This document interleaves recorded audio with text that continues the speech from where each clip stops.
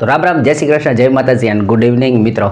બીજી શિફ્ટ અને થોડાક પહેલી શિફ્ટના પ્રશ્ન જે છે આપણી પાસે આવી ગયા છે. હવે મને એક વોટ્સઅપમાં એક જણાએ મને મેસેજ કર્યો છે, કારણ કે આપણે નંબર બધાને આપીએ છીએ એના માટે, કે સર તમે વાત કરી દીધી કે ભાઈ આપણે શું કહેવાય પઝલ જે છે એ ઉપર નીચે પૂછાય છે, પણ એ કદી સોલ્વ કરાવો તો ખબર પડે. કાંઈ વાંધો નહીં, આપણે શરૂઆત જ ત્યાંથી કરીએ, બરાબર છે. પેલી પઝલ, અને એમને મારી રિક્વેસ્ટ છે કે મેં 2 દિવસ પહેલાં, એટલે કે ગઈકાલે જ મેં છે ને સરસ મજાનો બપોરે વિડીયો મૂક્યો છે. એમાં રિઝનિંગનું ટોટલ પેપર સોલ્વ કરાવ્યું છે, જે એ લોકોએ એની વેબસાઇટ ઉપર મૂક્યું છે RRBએ, કે ભાઈ આ મોક ટેસ્ટ છે, આખી કરાવી છે. જે લોકો ના ખ્યાલ હોય એ જોઈ લ્યો, મારી ચેનલની અંદર મળી જશે. ઓકે, અથવા તો લખજો mock test reasoning by officer Gujarati, એટલે આપને મળી જશે. હવે જે આપણે છે ને એમને સમજાય એના માટે એક એક્ઝામ્પલ લઈએ છીએ, અને અહીંયા આવી જશે પ્રશ્ન. વાંચીએ પહેલાં. શું કહે છે કે ભાઈ 7 બોક્સ છે, પઝલનો પ્રશ્ન છે. 7 બોક્સ ABCDMN અને O એકબીજા ઉપર મૂકવામાં આવે છે, પરંતુ તે જરૂરી નથી કે તે સમાન ક્રમમાં હોય. એટલે એણે જે ABCD લખ્યું એવી રીતે જ ગોઠવા છે એવું જરૂરી નથી. એમને O ઉપર તરત જ મૂકવામાં આવે છે. હવે એમને O ઉપર તરત એટલે કે O અને એમની વચ્ચે કોઈ છે નહીં, સમજવાનું. ઓકે, પછી કહે છે N ને D ઉપર તરત મૂકવામાં આવે છે, એટલે N અને D બે જોડકામાં છે. ઓકે, માત્ર A ને B ઉપર મૂકવામાં આવે છે. માત્ર A ને B ઉપર, એટલે કે B ની ઉપર A છે ને એની ઉપર કોઈ નથી. એનો મતલબ કે A જે હશે ને એ સૌથી ઉપર ટોચ ઉપર હશે. ઓકે, માત્ર 2 બોક્સ M ઉપર મૂકવામાં આવે છે, એટલે M જે છે એના ઉપર 2 બોક્સ, એટલે M છે એ ત્રીજા સ્થાને છે, એવું આપણે સમજ્યા. ઓકે, પછી શું કહે છે N ને નીચેથી ત્રીજા સ્થાને મૂકવામાં આવતું નથી. N ને ત્રીજા સ્થાને મૂકવામાં આવતું નથી, તો C અને A વચ્ચે કેટલા બોક્સ છે? બરાબર, પ્રશ્ન આખો દેખાઈ ગયો, વંચાઈ ગયો. હવે આપણે જે લખ્યું છે એ મુજબ આપણે સોલ્વ કરતા જઈએ. ઓકે, 7 બોક્સ માટે મેં અહીંયા 7 ખાના બનાવી નાખ્યા છે. પેલી લીટી જે છે એમાં જે કીધું એ પ્રમાણે આપણે વાંચ્યા છે. M ને O ઉપર ગોઠવવામાં આવે છે, એટલે કે ભાઈ M જે છે, બરાબર, આ M એને O ઉપર ગોઠવવામાં આવે છે, પણ આમાં ક્યાં છે એ હજી આપણને ખબર નથી, એટલે આપણે કંઈ કરતા નથી. N ને D ઉપર ગોઠવવામાં આવે છે, એટલે N જે છે એને આ D ઉપર ગોઠવવામાં આવે છે, આવું લખ્યું છે. ઓકે, પછી કહે છે માત્ર A ને B ઉપર મૂકવામાં આવે છે. માત્ર A ને B ઉપર, એટલે કે B જે છે એના ઉપર A છે. હવે એના ઉપર કોઈ આવશે નહીં, કારણ કે એને માત્ર શબ્દ વાપરી લીધો છે. ઓકે, માત્ર 2 બોક્સ M ઉપર મૂકવામાં આવે છે, તો M અહીંયા હોય તો જ 2 બોક્સ આવે, એટલે M અહીંયા આવશે, અને M જે છે એ O ની સાથે જોડકામાં છે, એટલા માટે MO આવી ગયા. હવે કહે છે N ને નીચેથી ત્રીજા સ્થાને મૂકવામાં આવતું નથી, એટલે આ ત્રીજા સ્થાને N ન હોય તો N D ની જોડી છે, તો N જે છે એ આ જગ્યા ઉપર આવશે. ઓકે, તો હવે તમારી પાસે વધ્યું શું? જુઓ, AB આવી ગયું, ઓકે, D આવી ગયું, તમારી પાસે C વધ્યું. હવે પૂછ્યું છે પ્રશ્નમાં C અને A વચ્ચે કેટલા બોક્સ આવશે? તો C અને A વચ્ચે A અહીંયા છે, C જે છે અહીંયા છે, 1 2 અને 3, આમની વચ્ચે જે છે કેટલા બોક્સ આવશે? 3. હવે આ જ પ્રશ્ન જે છે એને એ લોકો એવી રીતે પણ પૂછે હોય કે ભાઈ આ ઉપર નીચે ફ્લેટ આપી દેશે, કે ભાઈ આ ફ્લેટમાં આ રહે છે, આ ફ્લેટમાં આ રહે છે. ઓકે, આ ટાઈપની પઝલ હોય છે. એક બીજી વર્તુળાકાર, તમે ખાલી લખો, બરાબર છે, કે ભાઈ પઝલ અને મારું નામ લખજો ઓફિસર ગુજરાતી, અથવા જનક સર લખશો તો પણ તમને યુટ્યુબની અંદર આવી જશે. ઓકે, હવે એના સિવાય જે આપણી પાસે પ્રશ્ન આવ્યા છે એની ચર્ચાઓ આપણે કરી લઈએ, જેથી કરીને આજે શું આવ્યું, આજનો માહોલ કેવો રહ્યો એને આપણે જોઈ લઈએ. જુઓ, પેલો પ્રશ્ન જે છે, કદાચ આછા પાતળું દેખાય એનાથી મતલબ ના રાખતા, તમને જે વસ્તુઓ તમારા સુધી હું પહોંચાડું છું બોલીને કે સમજાવીને, એનાથી મતલબ રાખજો. ઓકે, હવે જુઓ, પેલો પ્રશ્ન આવ્યો, ભ્રષ્ટાચાર ધારણા ઇન્ડેક્સ 2024માં જે છે ભારતનું સ્થાન. હવે આમાં મિક્સ પ્રશ્ન છે. હો ભાઈ, મને જે બાકી રહી ગયા હોય, કદાચ કાલના હોય, કદાચ સવારની શિફ્ટના હોય, બાકી રહી ગયા હોય તો મેં આમાં લીધું હોય. પંખો કરો એની અંદર ઇન્ડેક્સની અંદર સ્થાન જે છે ભારતનું કેટલામું છે? તો કે ભાઈ 180 જેટલા દેશ હતા મારા ખ્યાલથી, એમાં 96મું સ્થાન જે છે ભારતનું આવેલું છે. ત્યારબાદ પ્રશ્ન આવ્યો, ઓસ્ટ્રેલિયન ઓપન 2025માં ફાઇનલ જીતનાર વ્યક્તિએ કોને હરાવીને જીત્યું? બરાબર છે, એટલે જો ફાઇનલ જીતનાર નહીં, એને રનરઅપ વ્યક્તિનું નામ પૂછી લીધું કે સામે. એટલે હવે આમાં આ છે, આ લોકો શું કરતા જાય છે, કરંટ અફેરને થોડુંક ડીપમાં લેતા જાય છે. જીતો એ બધા ગોખીને આવે, પણ હાર્યો કોણ? ઓકે, તો જો એનું નામ છે એરિના સબાલંકે. બરાબર, સર્બાલંક એવું નામ છે, એરીના સર્બાલંક એવું કહે છે લોકો. અને જીતી મેડિસિન ફ્રી જ. તો આ પ્રશ્ન આવ્યો ને એટલે મને એવું છે કે ભાઈ ફ્રેન્ચ ઓપન, વિમ્બલ્ડન ઓપનના પણ પ્રશ્ન લાવશે તો એનું પણ કહી દઉં. ફ્રેન્ચ ઓપન જે છે એ ફ્રાન્સમાં રમાઈ હતી અને એની અંદર પુરુષનો ખિતાબ જે છે કાર્લોસ નામનો વ્યક્તિ છે એ જીત્યા છે અને મહિલાની અંદર કોકો ગોલ્ફ નામની વ્યક્તિ છે એ જીતી છે. વિમ્બલ્ડન જે છે એ લંડનની અંદર રમાણી. એની અંદર જો વાત કરીએ પુરુષમાં કોણ જીત્યું તો કે યાનિક સિંગર નામ છે અને મહિલામાં કોણ જીત્યું તો કે ઈગા સ્વીટિક. હવે જો તમને ક્યાંયથી માહિતી મળે તો આના વિશે તમે ડિટેલ જોઈ લેજો, જેથી કરીને બની જાય કાલ પરમદી તમારે પેપર હોય અને આ પ્રશ્ન આવે. એનાથી આગળ વાત કરીએ, પથ્થર પર પાટું મારતા. આખો પ્રશ્ન લાંબો આપ્યો કે કોઈ પથ્થર ઉપર તમે પાટું મારો, જેટલી જોશથી પાટું મારો એટલું જ હમું તમને પથ્થરમાંથી લાગે. ઓકે, ઇટ મીન્સ કે આઘાત અને પ્રત્યાઘાત આ જે નિયમ છે એટલે એને આખો ઉદાહરણ સાથે કીધું. તો એ ન્યૂટનની ગતિના કેટલામાં નિયમ મુજબ ફોલો કરે છે?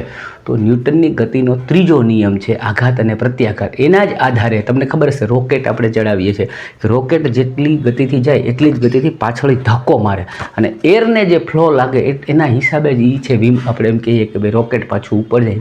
ન્યૂટનની ગતિનો ત્રીજો નિયમ.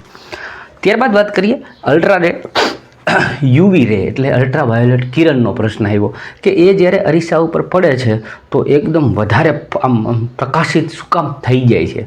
તો અરીસો જે છે ને એ અમુક કિરણના રેને સ્વીકારી શકતો નથી, અમુકને એક્સેપ્ટ કરી અને પરાવર્તન કરે છે. તો એમાંનું યુવી જે છે અલ્ટ્રાવાયોલેટ એ અરીસો એના જે કહેવાય ને કિરણો એને સ્વીકારે નહીં, એને સામું રિફ્લેક્ટ વધારે કરે એટલે એ ફૂલી એના રેઝને સામું પ્રકાશિત કરે છે, રિફ્લેક્ટ કરે છે, એના હિસાબે વધારે પ્રકાશિત દેખાય. આવો પ્રશ્ન આવ્યો. ત્યારબાદ વાત કરીએ DRDO દ્વારા 16 જુલાઈ 2025માં બરાબર લદ્દાખની અંદર એક સફળ પરીક્ષણ કરવામાં આવ્યું હતું અને જે પરીક્ષણ થયું એ હાઈએસ્ટ ઊંચાઈ ઉપર લઈ જઈને કરવામાં આવેલું. આવું લોંગ આખું ડિસ્ક્રિપ્શનવાળો પ્રશ્ન હતો. તો એનું નામ શું હતું? તો કે ભાઈ આકાશ નામથી જે કાંઈ આપણે ઓલું કર્યું હતું એ પરીક્ષણનું નામ હતું અને એ એવી આપણે મિસાઇલ બનાવી છે કે હાઈએસ્ટ શું કહેવાય કે જગ્યા ઉપર જઈ અને એને સફળતાથી આપણે લોન્ચ કરી શકીએ એવી મિસાઇલ આપણે બનાવેલી છે. ત્યારબાદ વાત કરીએ નવીનીકરણ ઉર્જા સ્ત્રોતને વધારવા સંયુક્ત રાષ્ટ્રના સતત વિકાસના ભાગમાં આવે છે. તો એની જે છે સતત વિકાસનો ભાગ જે છે એને કહે છે એફોર્ડેબલ એન્ડ ક્લીન એનર્જી. આ કયા પ્રોજેક્ટ અંતર્ગત આવે છે? તો એને SDG 7 કહે છે. આપણે કરંટ અફેરનું મટીરિયલ બનાવ્યું છે એમાં આ પ્રશ્ન છે. મેં જાતે ટાઈપ કર્યો છે એટલે મને ખબર છે. તો મેં કરંટ અફેરનું મટીરિયલ જે છે આને ધ્યાને લઈને બનાવ્યું છે. જો તમે લેવા માગતા હોય તો માત્ર 51 રૂપિયામાં છે. નંબર મારો અત્યારે ડિસ્પ્લે પર આવી ગયો હશે અને એની જ જેવું જો તમારે રિઝનિંગનું જોઈએ તો પણ 51 રૂપિયામાં છે. વિજ્ઞાનની PDF જોઈતી હોય તો 101 રૂપીસમાં તમને મળશે.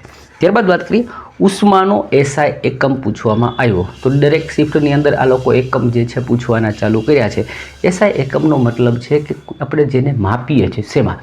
ફોર એક્ઝામ્પલ આપણે એમ કહીએ ભાઈ ઊંચાઈ કેટલા ફૂટનો છો, વજન છે કેટલા કિલોગ્રામમાં છે. એવી જ રીતે ઉષ્મા જે છે એને કેમાં માપવામાં આવે તો કે જૂલની અંદર માપવામાં આવે છે. ત્યારબાદ વાત કરીએ અમીબામાં થતું જે કોશિકા વિભાજન છે આપણે ટેસ્ટ કરી હતી સાયન્સની ત્યારે મેં 3 વખત કીધેલું કે ભાઈ આ પ્રશ્ન આને બહુ વહાલા છે, આ પૂછશે બરાબર છે. એની અંદર મેં 4-5 લીધા છે. હાઇડ્રા લીધું છે, અમીબા લીધું છે, પેરાબિશિયમ લીધું છે બરાબર. આ બધા એવા છે કે એ એને બહુ વહાલા છે અને આ પ્રશ્ન તો હું 2014-15થી જોઉં છું પૂછે જ. એમાંનો પ્રશ્ન પૂછ્યો ને ત્યારે કીધું હતું જો ભાઈ આ પ્રશ્ન આવશે તું યાદ રાખજે, શીખીને જાજે. તો દ્વિખંડન એટલે અમીબા જે છે ને, દ્વિ એટલે 2, ખંડ એટલે તૂટવું બરાબર છે. અમીબા એકમાંથી 2 થઈ જાય એ અલિંગી પ્રજનન કરે છે, એને લિંગ ન હોય બરાબર છે. એટલે કે ભાઈ આપણે જે રીતે હ્યુમન સેક્સ કરે છે એવી રીતે પ્રજનન કરતું નથી.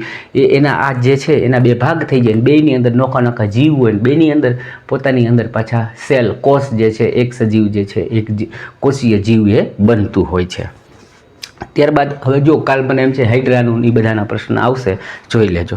ત્યારબાદ વાત કરીએ કે ભાઈ બહિર્મુખ અરીસો, બહિર્મુખ એટલે બહિર્ગોળ, જેનું મુખ એની જે પરાવર્તન સપાટી છે ને એ બહારની સાઈડ હોય. અંતર્મુખ એટલે જેની પરાવર્તન સપાટી અંદરની બાજુ હોય. જેમ કે આપણે ચમચીને લઈને આમ જોઈએ તો ચમચી જે છે એ આમ તમને દેખાય અંદરની બાજુ દેખાય એટલે એ અંતર્ગોળ અરીસો અને વાંહેથી જુઓ તો બહિર્ગોળ અરીસો. સમજાઈ ગયું હવે?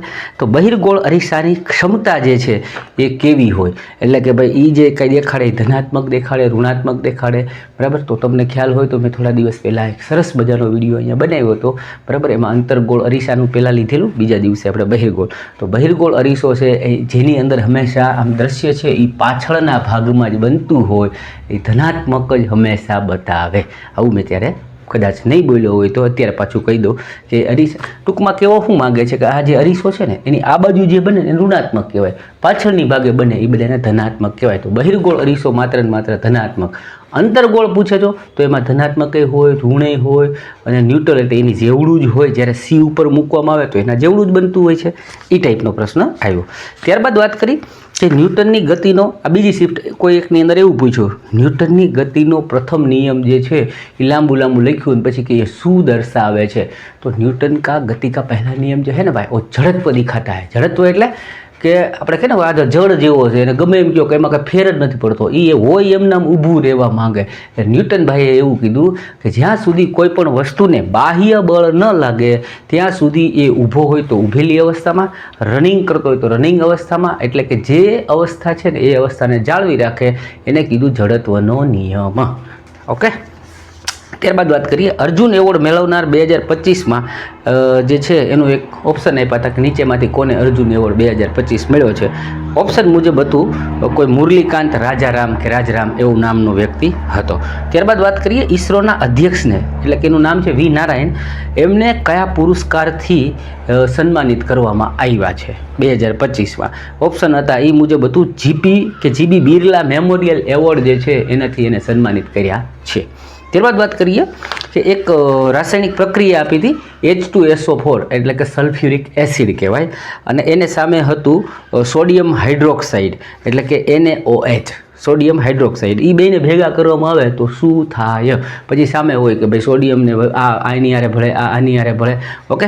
તો એની અંદર શું બને તો કે ભાઈ સોડિયમનો Na2 આવે અને SO4નો SO4 એટલે સોડિયમ સલ્ફ્યુરિક એ ટાઈપનું બને, અને પછી સામેની ભાગમાં શું બનશે તો કે ભાઈ પાણી છૂટું પડે H2O.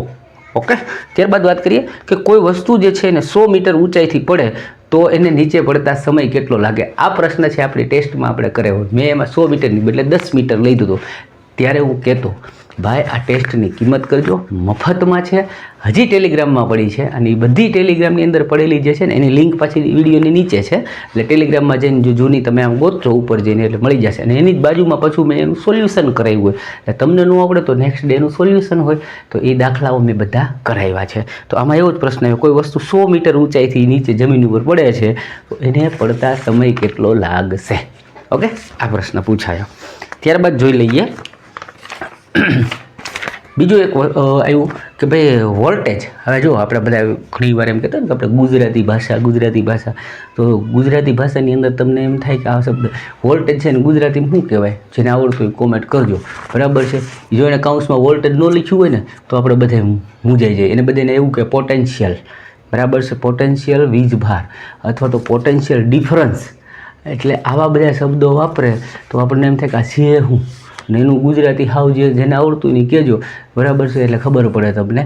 હવે એને પૂછ્યું શું ખાલી ખબર હેમાં મપાય? તો વોલ્ટેજ વોલ્ટમાં મપાય.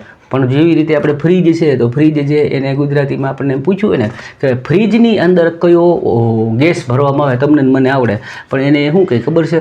તો વાતાનુકૂલિત શીતકુલીન યંત્ર, એના અંદર કયો ગેસ ભરવામાં આવે તો આપણે શીતકુલીન યંત્રકરણ અને આવા શબ્દ વાપરીએ. તમને કહો ગુજરાતીમાં શું પૂછના ક્યાં ચાહતે હો, એના જેવું થઈ જાય, બરાબર. પછી પ્રશ્ન આવ્યો કે નેફ્થેલિન સળગતા, આ લગભગ કાલે પ્રશ્ન આવ્યો હતો પણ મારા ધ્યાનમાં નહોતો એટલે લઈ લીધો. હવે નેફ્થેલિનને સળગાવતા કેવા પ્રકારની જ્યોત જે છે એ પ્રગટે? હવે નેફ્થેલિન જે છે ને એ એક એવી વસ્તુ છે કે એનું હંમેશા અપૂર્ણ દહન થાય, એ ક્યારેય સંપૂર્ણ દહન ન થાય. ઓકે. એટલે દહન ચેપ્ટર જે છે 8મા ધોરણમાં સાહેબ આવે છે એમાંથી આણે પૂછ્યું છે, અને મેં કીધેલું કે જ્યારે કોઈને સંપૂર્ણ ઓક્સિજન, આવો પ્રશ્ન આપણે ટેસ્ટમાં લીધો છે, કોન્સેપ્ટ ખબર હોય તો થઈ જાય, બરાબર.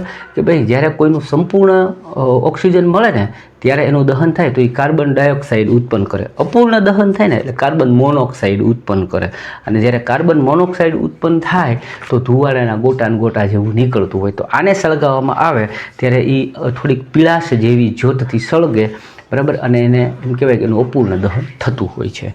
ત્યારબાદ વાત કરી પ્રવાહિત તારમાં બળની દિશા કયા નિયમથી જાણી શકાય. કોઈ એક તાર છે, બરાબર છે, એમાં પ્રવાહ પસાર થાય છે તો એમાં બળની દિશા ક્યાં હોય, એટલે આ પેલા અંગૂઠાના નિયમ આવે ને, આમ કે આમ આમ, જેનો પ્રશ્ન પણ આપણે મટીરિયલમાં બી છે અને ટેસ્ટમાં મફતમાં લીધો હતો ત્યારે મેં કીધું હતું આ પ્રશ્ન આવશે, તો એ આજે આવ્યો.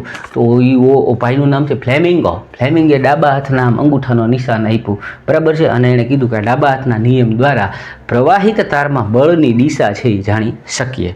ત્યારબાદ એક પ્રશ્ન આવ્યો, દ્રોણાચાર્ય પુરસ્કાર જે છે એ 2025માં નીચેનામાંથી કોને આપ્યો. એમાં ઓપ્શન હતા, તમારા નામ જોઈને આપવાનું હતું. ઓકે મિત્રો, જેટલી માહિતી આપણા સુધી પહોંચી છે એને સરસ રીતે તમારા સુધી પહોંચાડવાનું કામ કર્યું છે. વિડીયોને લાઇક કરજો, નવા હોય તો ચેનલને સબસ્ક્રાઈબ કરો. મળીએ પાછી નવી ઇન્ફોર્મેશન, નવી માહિતી સાથે. ત્યાં સુધી વ્યસ્ત રહો, મસ્ત રહો અને તંદુરસ્ત રહી પોતાની તૈયારીને